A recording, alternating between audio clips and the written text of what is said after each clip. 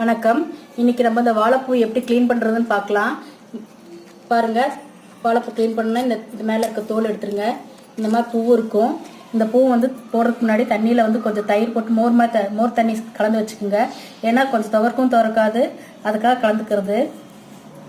இந்த பூவை பொரிச்சிங்கன்னா உள்ளே ஒரு மொட்டு வரும் பாருங்க, அந்த மொட்டை எடுத்துருங்க.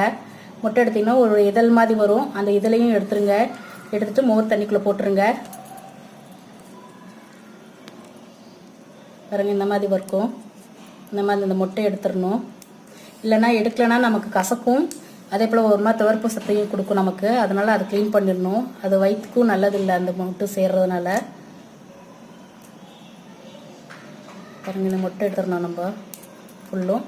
இந்த பேப்பர் இதழ் மாதிரி இருக்கு இல்லைங்களா, அதையும் எடுத்துருங்க. பாருங்க, பூவெல்லாம் க்ளீன் பண்ணியாச்சு. இது கடைசி மொட்டு. இந்த மொட்டில் அந்த மாதிரி இருக்காது, நம்ம அப்படியே சேர்த்துக்கலாம். இந்த இதில் போட்டுக்கலாம் நம்ம. அப்புறம் இந்த மாதிரி இருக்கும் கடைசி வரையும். நம்ம கடைசி வர்றதில் எடுத்து போட்டுக்கலாம் நம்ம.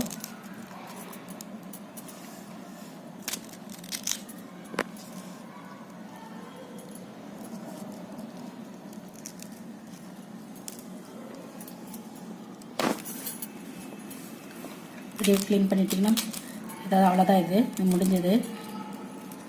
இப்போ நீங்கள் வாழைப்பூ எப்படி க்ளீன் பண்ணுறதுன்றது பார்த்துருப்பீங்க.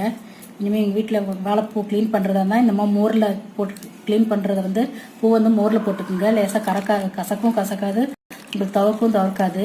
இப்போ நீங்கள் எது வேணாலும் இப்போ செஞ்சுக்கலாம். இதை பார்த்துட்டு கமெண்ட்ஸ் போடுங்க, சப்ஸ்கிரைப் பண்ணுங்கள், நோட்டிஃபிகேஷன் பில் கிளிக் பண்ணுங்கள். நன்றி, வணக்கம்.